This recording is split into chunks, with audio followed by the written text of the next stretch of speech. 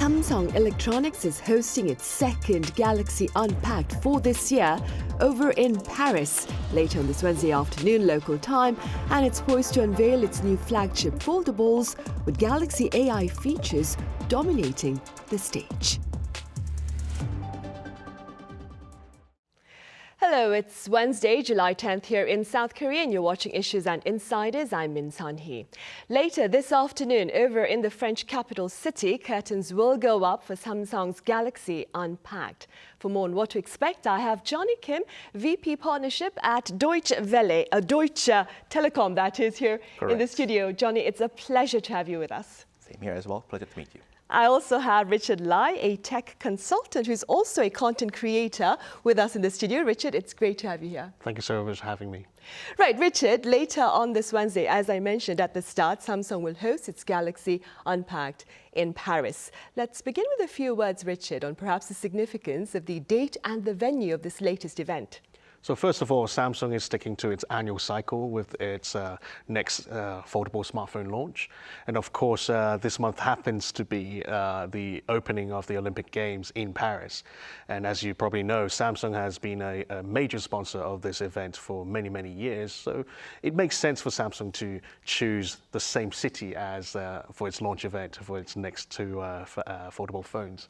Right. And Johnny, what do you suppose are the key words of this latest Unpacked event? The title of the event is Galaxy AI is here. So naturally, the AI will likely be the biggest keyword for the event. And I also suppose the healthcare and fitness are two other keywords that can be very meaningful. And Samsung had a major success with S24 by branding it the AI phone. And I expect Samsung to double down on this foldable as well and keeping the position to utilize AI as the major feature for the devices.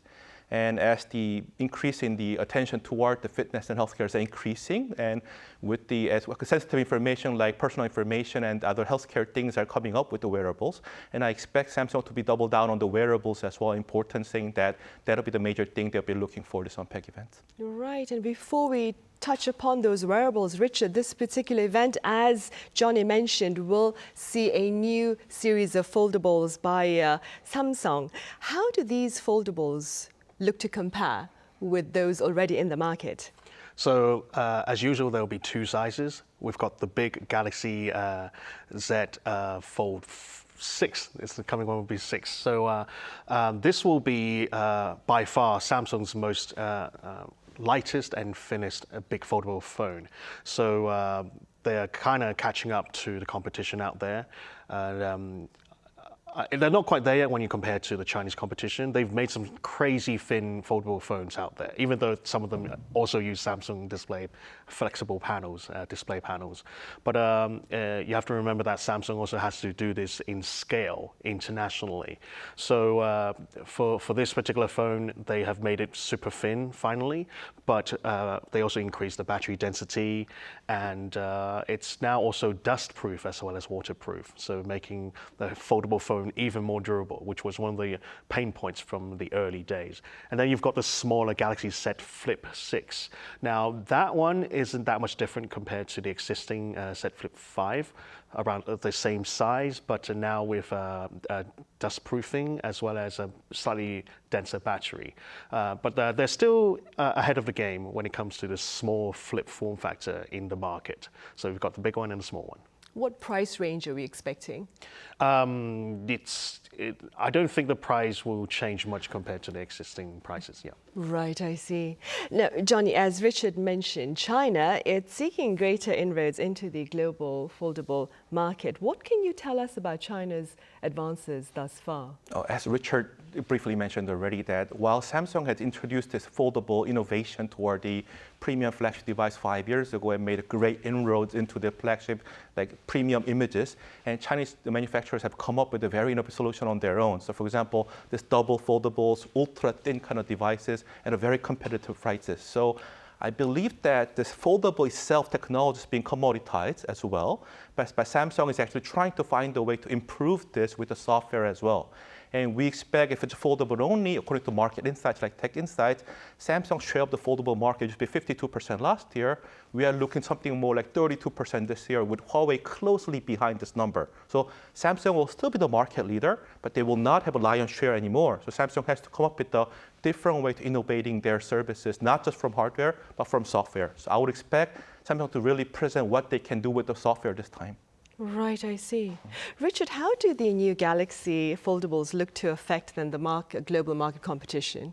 So as I mentioned earlier, Samsung is definitely ahead of the game when it comes to scalability. They are their foldable phones are globally available, whereas some of the many of the Chinese brands, they can only launch their foldable phones in China, maybe due to supply chain reasons, or maybe they don't want to spend that much extra effort in building or connecting to the international ecosystem when it comes to apps. So Samsung definitely has that advantage still. But at the same time, they do face more competition in the foldable space. You've got the likes of Honor, you've got OnePlus, these brands who are also just entering the international markets with their foldable phones with some interesting designs and form factors and specs. But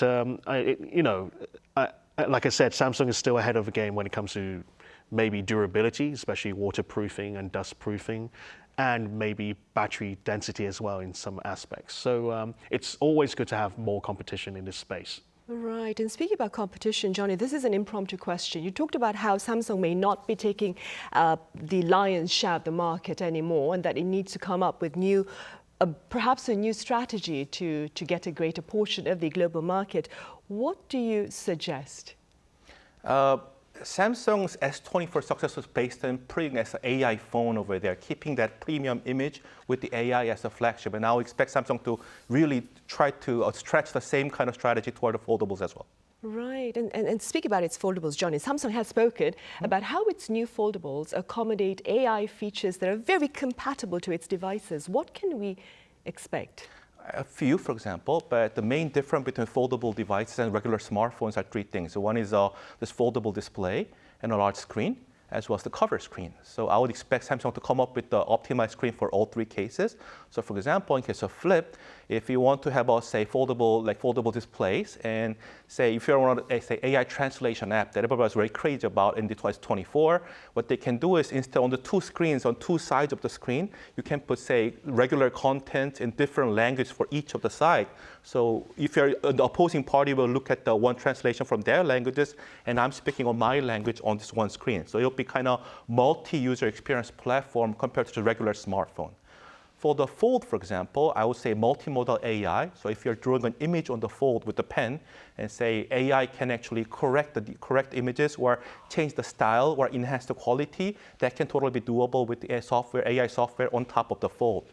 And for the cover screen, say if you receive the message on the cover screen, you don't want to go through a small typing keyboard to reply this. Rather, AI can come up with, say, voices or some simple gesture to reply this on the same cases. So that would be something I would expect Samsung would come up for the foldable AI features. Right. And Richard, this is an impromptu question for you. Do you suppose such features, because we have yet to see what features will be out there, do you suppose such features provided by Samsung will perhaps encourage more consumers to pick up this particular gadget?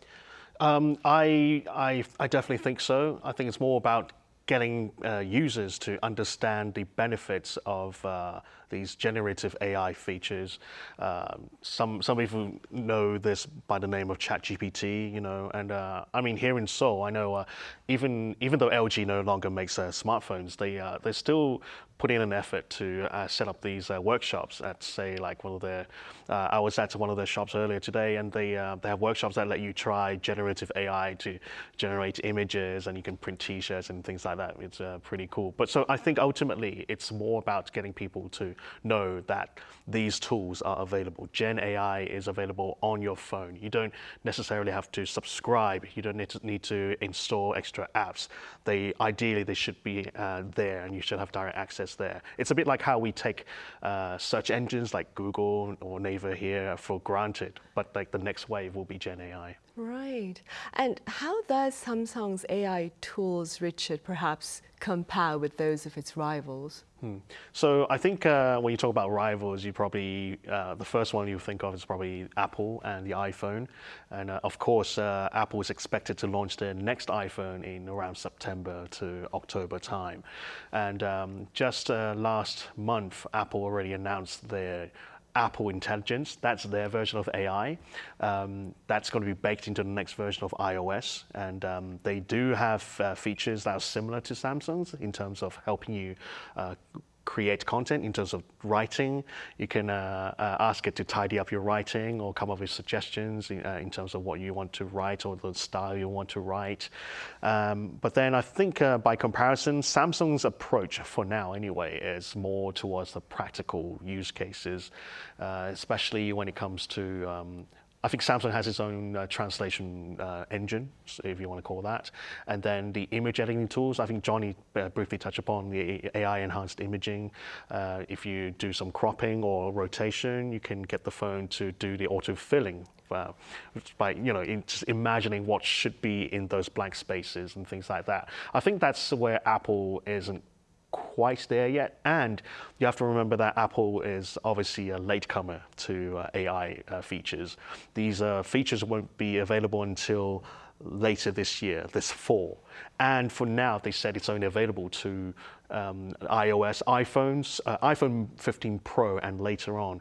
And you have to set the language to English, US, American English, in order to be the first to try Apple Intelligence. So, I think it's easy to say Samsung is definitely ahead of the game for now. Right. Johnny, what are your prospects with regard to the fierce AI competition among mobile makers as we speak? Very personal view, but I believe that implementing on-device AI effectively and capably to their devices will be the main differentiation point for the device manufacturer for the next few years. And the main reason why I think is that, as Apple mentioned and Samsung mentioned as well, on-device AI has such a bright future ahead for the device manufacturer. And of course, it's limited compared to, say, cloud-based LLMs like OpenAI because of computing powers and battery life of the phone itself. But what also it has an advantage is that you can actually look up to all my personal information and it can train based on that information. So it has my location, it has my emails, has my calendars and everything. And I'll be very terrified to put the information into the cloud. But as long as it resides within my device, it's okay to utilize that data. So actually, on-device AI can have a really context-aware recommendations and learnings based on this to give you an answer. So the actual strengths they can utilize compared to the weakness of computing power and the battery. So I would expect that would be the main difference maker for the device manufacturer. And this actually comes with the next point with the wearable as well. As you have like these watches and rings and all the different wearables collecting very sensitive personal data and your healthcare information into the devices, you want to make sure you want to utilize them. But again, I would not want to put that into cloud or somewhere if they're sensitive information. But if you can have a foundation of on-device AI where everything's done in the devices, it's perfectly okay for me to utilize that data to extract some information about me on the device itself. So that's the area where device manufacturer definitely has an advantage compared to other players in the market.